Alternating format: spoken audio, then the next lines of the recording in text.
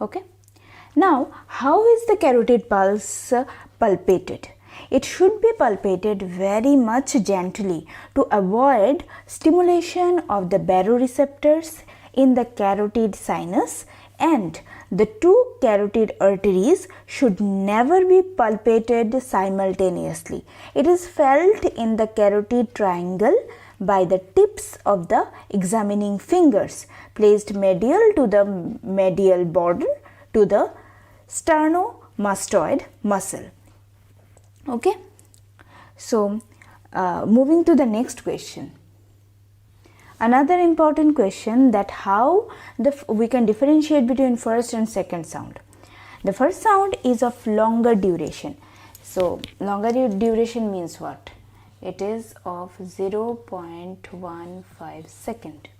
Okay, and